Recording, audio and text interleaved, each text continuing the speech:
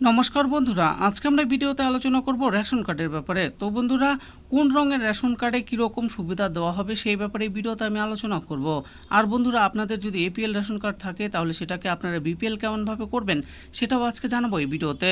Ration card হলো ভারত সরকার প্রদত্ত সাধারণ মানুষ, বিশেষ করে আর্থিকভাবে দুর্বল শ্রেণীর মানুষের জন্য একটি অন্যতম কল্যাণমূলক প্রকল্প।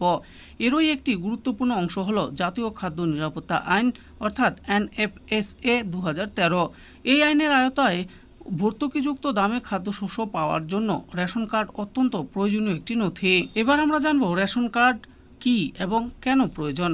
রেশন কার্ড হলো একটি সরকারি নথি যা রাজ্য সরকার দ্বারা জারি করা হয়। এটি শুধু খাদ্যশস্য কেনার মাধ্যমেই নয়, অনেক সরকারি পরিষেবার জন্য পরিচয় ও ঠিকানার প্রমাণ হিসেবেও ব্যবহৃত হয়। NFSA আইন অনুযায়ী নির্দিষ্ট আয়ের নিচে থাকা পরিবারগুলি এই কার্ডের মাধ্যমে কম দামে গম, চাল, ডাল, চিনি, তেল ইত্যাদি কিনতে পারেন। রং অনুযায়ী রেশন কার্ডে কি কি সুবিধা পাওয়া যায়। রেশন কার্ড সাধারণত 4 ধরনের হয় এবং প্রতিটি কার্ডের রং অনুযায়ী সুবিধার পরিমাণ নির্ধারিত থাকে। প্রথমে জানবো সাদা রঙের রেশন কার্ডের ব্যাপারে। এটি আর্থিকভাবে সচ্ছল পরিবারদের সাদা রঙের কার্ড দেওয়া হয়। এই কার্ডধারীরা ভর্তুকিযুক্ত খাদ্যশস্যের জন্য যোগ্য নন, তবে এটি ঠিকানার প্রমাণ ও পরিচয়ের জন্য ব্যবহৃত হয়। এরপর রয়েছে নীল বা কমলা কার্ড। এই কার্ডটি নিম্ন মধ্যবিত্ত পরিবারের জন্য, যারা বিপিএল নয় কিন্তু কিছুটা আর্থিক সহায়তার প্রয়োজন হয়। এই কার্ডধারীরা কম দামে খাদ্যশস্য ও কেরোসিন পেতে পারেন। কিছু রাজ্যে বিদ্যুৎ ও পানির বিলেও ছাড় মেলে। এরপর রয়েছে হলুদ রেশন কার্ড। এটি দরিদ্র সীমার নিচে বসবাসকারী পরিবারদের জন্য। এই কার্ডধারীরা সবচেয়ে বেশি সুবিধা পান।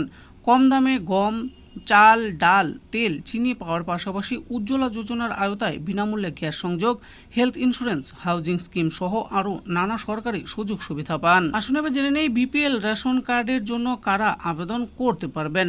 বিপিএল অর্থাৎ বিলো পভার্টি লাইন কার্ডের জন্য আবেদন করতে হলে আপনাকে কিছু নির্দিষ্ট যোগ্যতার মানদণ্ড পূরণ করতে হবে। আবেদনকারীকে ভারতীয় নাগরিক হতে হবে। গ্রামীণ অঞ্চলে পারিবারিক আয় মাসে 6,400 এর কম হতে হবে। শহরাঞ্চলে এই সীমা 11,850 টাকা রয়েছে। পরিবারে কেউ যদি আয়কর দেন তাহলে তিনি যোগ্য নন। 2 হেক্টরের বেশি কৃষি জমি, 4 চাকার গাড়ি বা আবাসিক ল্যান্ডলাইন ফোন থাকলে বিপিএল কার্ডের জন্য অযোগ্য বলে গণ্য করা হবে। কোনো সরকারি চাকরিজীবী বা সরকারি খাতের কর্মচারীর পরিবার এই কার্ডের জন্য আবেদন করতে পারবেন না। এবার জানবো বিপিএল কার্ডের জন্য কিভাবে আবেদন করবেন আপনারা। বিপিএল রেশন কার্ডে অতিরিক্ত সুবিধা পাওয়া যায়, তাই বিপিএল কার্ড পেতে নিচের ধাপগুলো অনুসরণ করুন। প্রথমেই আপনাদেরকে আবেদনপত্র সংগ্রহ করতে হবে। স্থানীয় রেশন অফিস থেকে অথবা রাজ্য সরকারের অফিসিয়াল ওয়েবসাইট থেকে ফর্ম ডাউনলোড করুন। এরপর আপনাদেরকে তথ্য পূরণ করতে হবে। পরিবারের সদস্য সংখ্যা, মাসিক আয় ইত্যাদি সঠিকভাবে লিখুন। প্রয়োজনীয় নথি সংযুক্ত করতে হবে কি কি। পরিচয়পত্র হিসেবে আধার কার্ড, ভোটার আইডি লাগবে। এছাড়া আয়ের প্রমাণপত্র, ঠিকানার প্রমাণ, পাসপোর্ট সাইজের ছবি লাগবে। এরপর আপনাদের আবেদন জমা দিতে হবে। সমস্ত কাগজপত্র স্থানীয় রেশন অফিসে জমা দিন। এরপর হলো যাচাই প্রক্রিয়া। স্থানীয় কর্তৃপক্ষ বাসভবন পরিদর্শন ও অন্যান্য যাচাই করবেন। এরপর রয়েছে রেশন কার্ড ইস্যু। যাচাই সফল হলে কার্ড প্রদান করা হবে।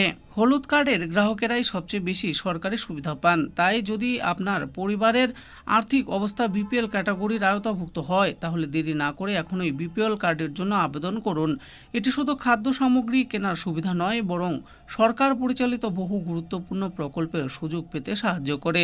তাই এই বিষয়ে আরও তথ্যের জন্য খাদ্য দপ্তরের ওয়েবসাইট আপনারা দেখুন। তো বন্ধুরা, দেখে নিলেন আজকে আমরা ভিডিওতে আলোচনা করলাম কোন রঙের রেশন কার্ডে কোন কোন সামগ্রী দেওয়া হয় সেই ব্যাপারে।